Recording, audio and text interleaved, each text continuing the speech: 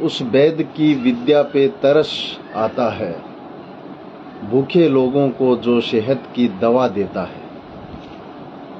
यह है प्रधानमंत्री फसल बीमा योजना की गाइडलाइन जो राजस्थान सरकार ने अधिसूचना के रूप में जारी की है। उसके ऊपर चर्चा करने का आज हमारा जो खास मकसद था, उसको लेकर आप तमाम साथियों के बीच में हाजिर हुआ हूं। सभी साथियों का स्वागत है। साथियों, खरीफ 2023 की फसल बीमा के लिए राजस्थान सरकार की तरफ से अधिसूचना जारी होने में काफी समय लग रहा था, जिसको लेकर के लोगों में तरह तरह की चिंताएं थी। टेलीफोन भी कर रहे थे, बैंकर्स भी चिंतित थे कि आखिर इतना काम कब तक हो पाएगा। और 21 तारीख को जैसे ही गाइडलाइन जारी हुई, उसके बाद में हमारे साथी जिन्होंने केसीसी का लेन देन कर दिया, कोऑपरेटिव में ऋण का लेन देन कर दिया या नहीं किया, जो करने वाले हैं, वो सब चिंतित थे कि तारीख बढ़ेगी क्या वास्ता है। आप मतलब ये इस तरीके की जो काम शुरू ही नहीं हुआ, शुरू होने के बाद में देखा जाएगा कि उसके लिए कितना काम बाकी रह गया, उस काम को पूरा करने के लिए कितने और समय की आवश्यकता है। उसके बाद में ये सारी चीजें तय होती हैं, किसान संगठनों की तरफ से भी होती है, बैंकर्स की तरफ से भी होती है। तो जो काम, जो पोर्टल 21 तारीख को अधिसूचना जारी हुई और सोमवार से, आज से पोर्टल शुरू होना था। आज मैं मीटिंग में व्यस्त था, इसलिए जानकारी कर नहीं पाया कि वो पोर्टल शुरू हुआ या नहीं हुआ। सीएचसी सेंटर और बैंकर्स से वो कंफर्म कर लेंगे। जिन किसानों ने अपना लेन देन कर दिया है, उनकी तरफ से अगर बुआई प्रमाण पत्र या स्व घोषणा पत्र नहीं दिया गया है, तो वो अपनी बैंकों से आराम से, एक साथ ही नहीं, कल ही नहीं, सारे कल ही जाकर के भीड़ करने की आवश्यकता नहीं है। अपनी सुविधा अनुसार आप जाकर के वहां बैंक के मैनेजर से या केसीसी का काम देखने वाले कर्मचारी से आप मिलकर के तसल्ली कर सकते हैं। आपको कतई कोई जल्दबाजी करने की जरूरत नहीं है। 31 तारीख जो लास्ट है, कई बैंकर्स भी फोन कर रहे थे कि हमें समय बहुत कम दिया हुआ है, आप इसके ऊपर बात करें। तो उन साथियों के लिए भी, बैंक कर्मचारी एम्प्लॉइयों के लिए भी कहना चाहूंगा कि 31 जुलाई तक का समय है किसान के लिए, वो अपने ऋण का लेन देन करे और अपना बुआई प्रमाण पत्र भर के दे।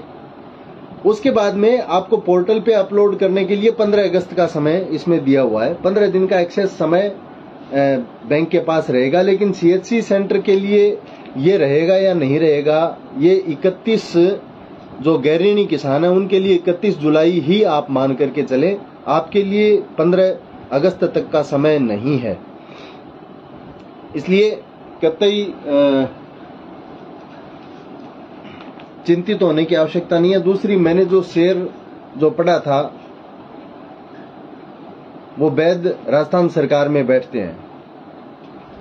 इन्होंने 21 तारीख को अधिसूचना जारी करके, जब पोर्टल शुरू ही नहीं हुआ, ये कहा कि 24 तारीख से 27 तारीख के बीच में आप अपनी फसल जो आपने बैंक में अगर गलत रूप से प्रीमियम काट लिया और आपने काश्त कोई दूसरी फसल की हुई है, तो आप उसका जाकर के सकते हैं।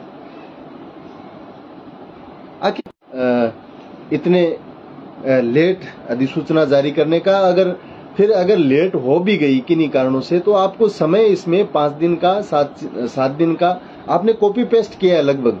कुछ एक प्रावधान जो है वो नए शामिल किए हैं, उसमें कुछ सकारात्मक भी हैं किसान के लिए। खास तौर पे मैं चूरू जिले की अगर जब बात करूंगा उसमें चर्चा करूंगा। कुछ नीतिगत मसलों के ऊपर हमारे किसान आंदोलन की बहुत बड़ी जीत हुई है, सरकार ने इस अधिसूचना में शामिल किया है, वो धन्यवाद के पात्र हैं। लेकिन बाकी आपने सारी कॉपी पेस्ट किया है, तो थोड़ा इसको देख लेते, लोगों की सहूलियत रहती, लोगों के फसल में संशोधन करवाने में सहूलियत रहती, लेकिन वो काम नहीं कर पाए। इन्होंने सबसे बड़ा जो सुधार किया है वो बीमा कंपनियों के पक्ष में है।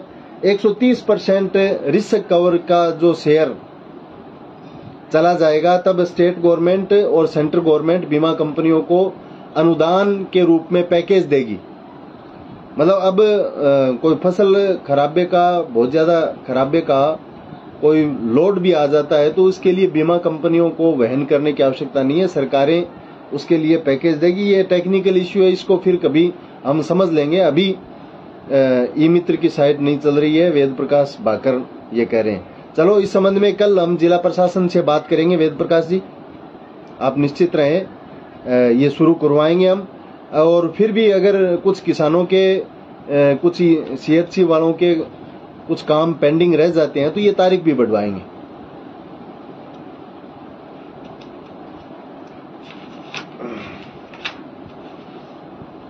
एक हमारा इश्यू था कि चूरू जिले में बहुत सारे बेल्ट में ट्यूबवेल भी है, नहर भी है, फसल सिंचित भी है और बिरानी भी है। हमारी गारंटी उपज बिरानी की है, हमारे जो बीमित जो आपके बीमित राशि है वो बिरानी की है। इसलिए क्रॉप कटिंग एक्सपेरिमेंट भी बिरानी क्षेत्र में होने चाहिए, ये हमारी मांग थी। नहरी में सिंचित में हो तो क्रॉप कटिंग एक्सपेरिमेंट भी सिंचित के और बिरानी के अलग अलग होने चाहिए। उसके साथ साथ गारंटी उपज भी अलग अलग जारी होनी चाहिए और बीमित राशि भी सिंचित की और असिंचित की अलग जारी होनी चाहिए। ये हमारी मांग पत्र में, हमारा जो 22 सूत्री मांग पत्र है, इसमें एक हमारी ये भी मांग थी। इस मांग को स्वीकार करके सरकार ने पहली बार अधिसूचना में 11 नंबर बिंदु के ऊपर जो परिशिष्ट 3 की सूची संलग्न होने का कहा है, उसमें चूरू जिले को असिंचित में शामिल किया है। अधिसूचना में शामिल हो गया, लेकिन इसको फील्ड में हम जब लागू कराएंगे तब हमें बहुत सारी चीजों से जूझना पड़ेगा। इसके लिए जरूरत है कि आप गांव-गांव में किसानों का संगठन तैयार करें, किसान सभा के कमेटियों का निर्माण करें। अगली बार जब क्रॉप कटिंग एक्सपेरिमेंट होंगे, अगर वो सिंचित क्षेत्र में होते हैं, तब हमें ये अधिसूचना की मदद लेकर के प्रशासन को, कृषि विभाग को, रेवेन्यू को ये कहना पड़ेगा कि जब चूरू जिले में नियम ही बिरानी का है तो आप सिंचित में क्रॉप कटिंग नहीं कर सकते, आपको बिरानी में भी बिरानी में भी आपको क्रॉप कटिंग करनी होगी। साथियों, आपके जो सवाल हैं वो आप कमेंट में लिखते रहें, मैं उनका जवाब लिख करके वैसे दे दूंगा। क्योंकि अभी जो चर्चा कर रहे हैं, आप तो पूछ रहे हो पैसा कब आएगा, घोषणा हुई थी, घोषणा कब हुई थी, किस पैसे का आप जिक्र कर रहे हो, ये चीजें कमेंट में बता दूंगा। अभी जो चर्चा है वो खरीफ का प्रीमियम कटना है, उसके ऊपर हम चर्चा कर रहे हैं। इसके बाद में हमारी एक बहुत बड़ी मांग थी कि हमारे यहाँ पर पहले सिर्फ चूरू जिले में मूंग, मोठ, ग्वार, बाजरी की ही बुआई होती थी। उसके बाद में कुछ फसलों में,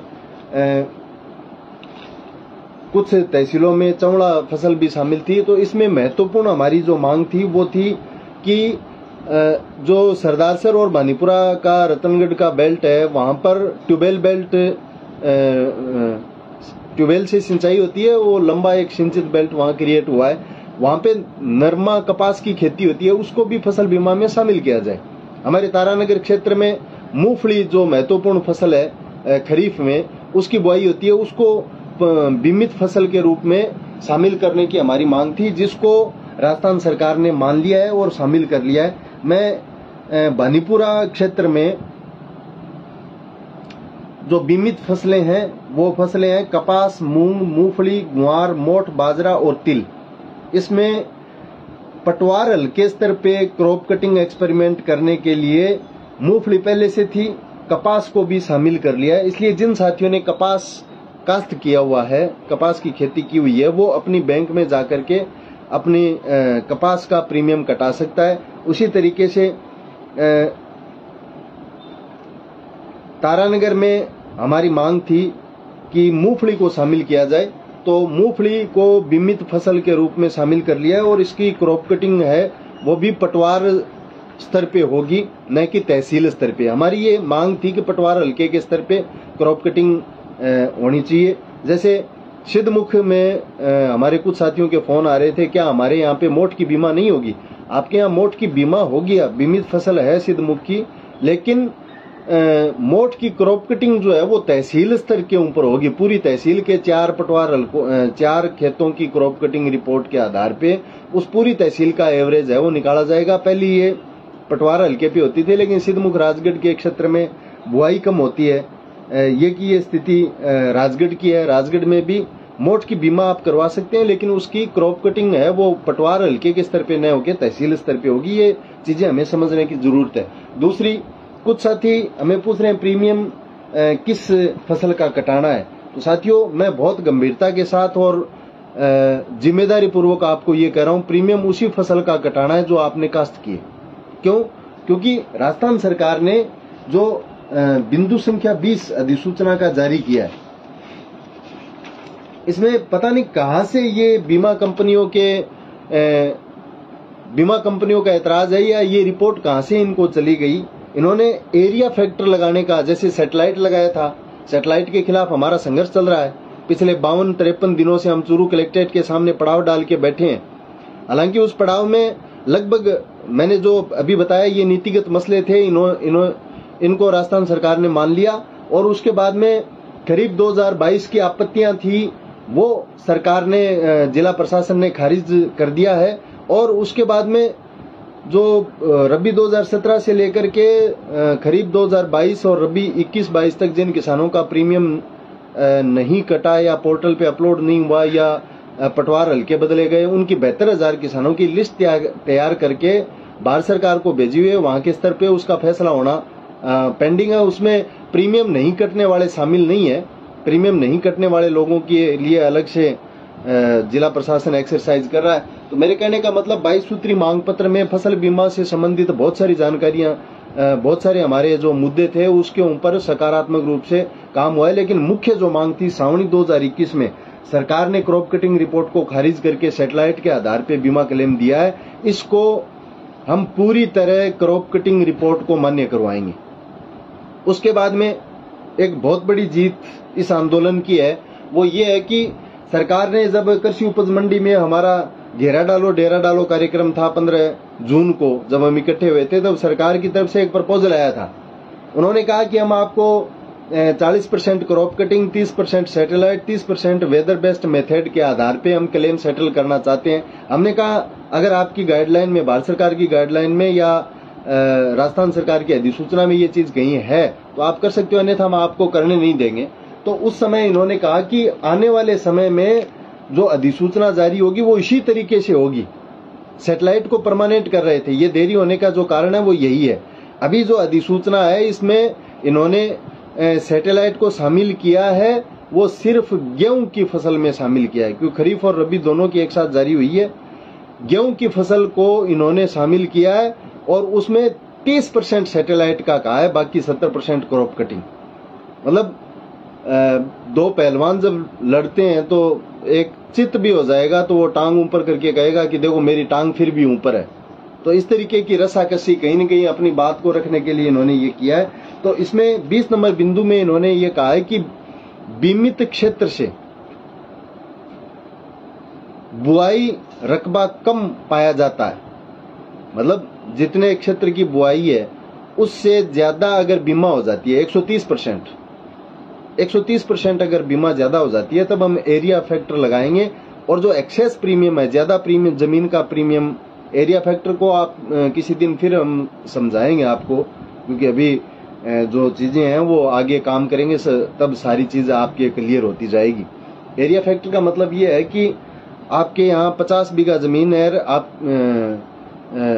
की गिरदावरी है, बीमा 100 बीघा की हो गई, तो बाकी जो ऊपर की 50 बीघा जमीन है उसका प्रीमियम जब्त करेंगे, आपको क्लेम की राशि है वो 50 बीघा की मिलेगी। उसके बाद में आप पूरी जमीन पे अगर उसका आकलन करोगे तो जैसे 1000 रुपए क्लेम बना, तो पूरी जमीन के ऊपर आप उसका आकलन करेंगे तो 500 रुपए बीघे का होगा।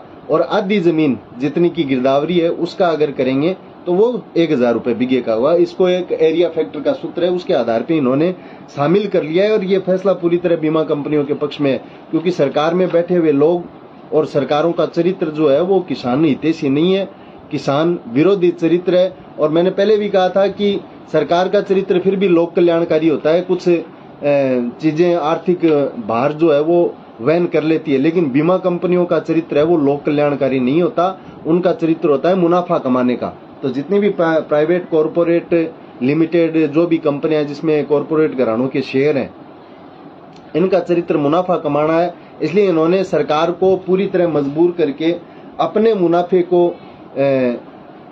सिक्योर इस अधिसूचना के माध्यम से कर लिया है। बाकी जिला स्तरीय शिकायत निवारण समिति और जिला स्तरीय निगरानी समिति के जो अधिकार थे, जो पावर थे, वो सारे के सारे वैसे के वैसे यथावत रखे हुए हैं। कुछ संशोधन जो किए हैं उसमें एक हमारे साथियों की बड़ी लगन रहती है कि हमारी गारंटी उपज क्या है, बीमित राशि क्या है।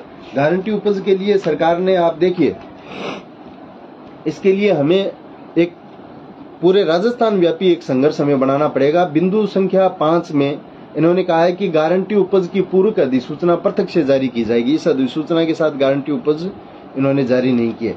और उसके क्लॉज 4 में कहा है गारंटी उपज पूर्ण निविदा अवधि में प्रचालन मार्गदर्शिका के अनुरूप सार्वजनिक सूचना का हिस्सा नहीं होगी। आपको नहीं बताएंगे, बताना नहीं चाहते ये कि आपकी गारंटी उपज क्या है। ये क्रॉप कटिंग रिपोर्ट को सार्वजनिक नहीं करना चाहते, ये गारंटी उपज को सार्वजनिक नहीं करना चाहते। ये किसान की चेतना का विकास नहीं हो जाए, किसान इस मुद्दे के ऊपर जागरूक नहीं हो जाए, ऐसा पूरी कोशिश इस अधिसूचना में प्रावधानों में की गई है। इसके खिलाफ हम आने वाले समय में लड़ेंगे और गारंटी उपज को भी सार्वजनिक करवाएंगे और क्रॉप कटिंग रिपोर्ट के डाटा भी सार्वजनिक कराने का फैसला सरकार को करने के लिए मजबूर करेंगे। साथियों, ये तकनीकी इशू है, बहुत कम साथी जानते हैं, बहुत कम साथी समझते हैं, लेकिन मैं समझता हूं कि हमारी जो युवा साथियों की टीम है जो इस आंदोलन में अपनी महत्वपूर्ण भूमिका निभा रही है, तन मन धन से सहयोग कर रही है, वो साथी इसको गंभीरता से समझेंगे और इस तकनीकी लड़ाई को भी हम किसान के लिए बहुत आसान बनाने का काम आने वाले समय में हम करेंगे। अब एक जो फसलों की बीमित राशि क्या है, इसका मतलब ये है कि जब फसल खराब हो जाएगी तब हमें जो क्लेम राशि मिलेगी वो कितने रुपए में से मिलेगी, वो थोड़ी सी चर्चा मैं आप लोगों के साथ कर देता हूं। चूरू जिले के लिए, चूरू जिले में कपास जिन किसानों ने काश्त की हुई है वो साथी कपास का प्रीमियम कटवाएं। 25,080 रुपए कपास की प्रति हेक्टर बीमित राशि है। चवड़ा की 32,603 है। मूंग की 30,324 रुपए। मूंगफली की 1,40,245 है। गुआर की 18,580 है। मोठ की 16,331 है। बाजरे की 13,765 है। इसका मतलब ये है कि गारंटी उपज प्रत्येक फसल की हमारे जिले की बढ़ करके आई है। गारंटी उपज तय करने का एक फार्मूला है, बीमित राशि तय करने का एक फार्मूला है। गारंटी उपज पिछले 7 साल में 72 5 साल का औसत निकाला जाएगा, उसका जो उपज आएगी वो गारंटी उपज मानी जाएगी। और बीमित राशि निकालने का न्यूनतम समर्थन मूल्य और बाजार भाव के साथ गुणा भाग करने का एक फार्मूला है, उसके आधार पे ये तय होती है। इसमें किसी तरीके की बदमाशी की हम शंका नहीं कर सकते, ये पारदर्शी और तकनीकी वैज्ञानिक तरीके से इसको किया जाता है। उसके बाद में रबी फसल में जो हमारे जिले की बीमित फसल है, इसमें जो बीमित राशि है वो 42,912 रुपए प्रति हेक्टर है। चना पिछली बार 11,672 रुपए था, इस बार इसकी भी बढ़ करके 26,004 रुपए बीमित राशि है। जीरा 74,223 राशि है। इसबगोल 59,097 रुपए। मेथी 64,502 है। सरसों 63,264 है। तारामीरा 34,053 है। गेहूं 48,476 रुपए है, 76 रुपए। ये है चूरू जिले के लिए।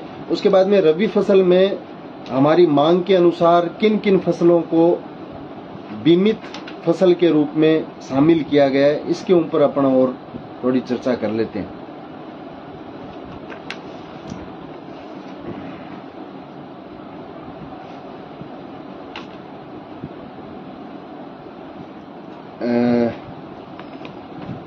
हमारे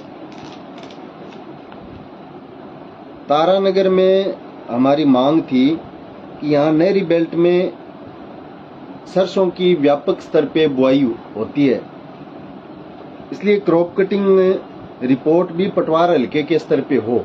तो इस मांग को हमारी स्वीकार नहीं किया गया, क्योंकि पूरी तहसील का और तहसील के पटवार हल्कों की जब तक हम गिरदावरी नहीं करवाएंगे, मेरी बात को आप समझे, फसलें शामिल कैसे होगी। आप बुआई करते हो, इससे फसलें शामिल नहीं होगी। आप जिस फसल की बुआई करते हो इसकी गिरदावरी भी आपको करवानी पड़ेगी।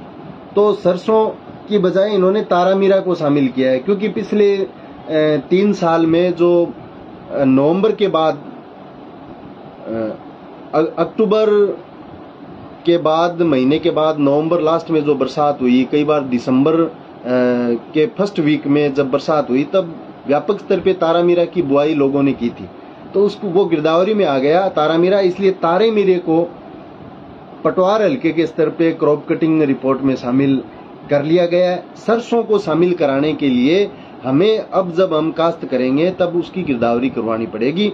उसके लिए भी हम समय समय पे आप लोगों के साथ चर्चा करते रहेंगे। लेकिन मूंगफली को हमने पटवार हल्के के स्तर पे खरीफ 2023, 24, 25 3 साल के लिए शामिल करवा दिया है। ये हमारी एक महत्वपूर्ण उपलब्धि है। इसी तरीके से सरदार शहर में हमारी मांग थी तो तारामीरा सरदार शहर में भी शामिल हो गया।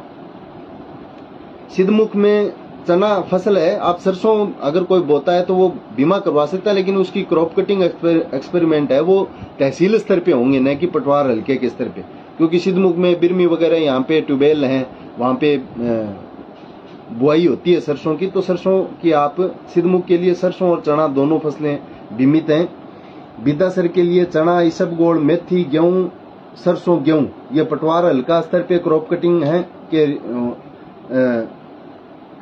के अधिसूचित फसलें हैं। और तहसील स्तर पर जौ, जीरा और तारामीरा है। बानीपुरा के लिए चना, सरसों, तारामीरा और गेहूं। तारामीरा को अभी शामिल किया गया, सरसों पहले से शामिल था, चना और गेहूं को अब शामिल किया गया। जौ, इसबगोल, मेथी ये भी बीमित फसलें हैं, लेकिन क्रॉप कटिंग तहसील स्तर पे होगी। चूरू में चना, सरसों, गेहूं तीनों पटवार हल्के स्तर पे क्रॉप कटिंग एक्सपेरिमेंट यहाँ होंगे। जौ और तारामीरा तहसील स्तर पे होंगे। राजगढ़ में चना, सरसों, गेहूं तीनों शामिल हैं, जौ और तारामीरा शामिल नहीं है। रतनगढ़ में जौ, चना, सरसों, गेहूं पटवार हल्के स्तर पे शामिल है। इसबगोल, मेथी और तारामीरा तहसील स्तर पे शामिल है। सरदार शहर में चना, सरसों, तारामीरा, गेहूं पटवार स्तर पे शामिल है। जौ, इसबगोल और मेथी तहसील स्तर पे शामिल है। सिद्धमुख में चना फसल है वो उसकी क्रॉप कटिंग पटवार हल्के स्तर पे होगी, सरसों की तहसील स्तर पे। सुजानगढ़ चना और सरसों पटवार हल्के के स्तर पे है, और इसबगोल, मेथी, तारामीरा, गेहूं तहसील के स्तर पे। इसी तरह तारानगर में चना बीमित फसल पहले से पटवार हल्के स्तर पे थे, तारामीरा को अभी शामिल कर लिया है। सरसों और गेहूं बीमित फसल हैं, लेकिन क्रॉप कटिंग एक्सपेरिमेंट उनके तहसील स्तर पे होंगे। तो आने वाले समय में गेहूं को भी हम पटवार हल्के स्तर पे लेके आएंगे और सरसों को भी लेके आएंगे। इसके लिए खास बात वही है कि अगर आपने काश्त की है तो उसकी गिरदावरी करवाएं, प्रीमियम कटाएं। आप अपने उस जिस फसल को आपने काश्त किया है उसी फसल का प्रीमियम कटाएं और उसी फसल की गिरदावरी आप करवाएं। यह अनुपात बराबर चलेगा, तभी बीमा कंपनियों की बहानेबाजियां हैं वो खत्म होगी। अन्यथा हम इसमें साल दर साल जो चूक करते आ रहे हैं वो चूक अब अगर होगी, जब एरिया फैक्टर को शामिल कर लिया है तो बीमा कंपनियों को बहानेबाजी करने का मौका मिलेगा। उनकी बहानेबाजी खत्म करने के लिए ये सारी जानकारी मैंने आप लोगों के सामने शेयर की है। और इस कमेंट में आप अपनी बातें लिखें, मैं जैसे जैसे समय मिलेगा आपको आपकी जिज्ञासा के अनुसार जवाब देने की पूरी कोशिश करूंगा। सभी साथियों को धन्यवाद, नमस्कार, राम राम।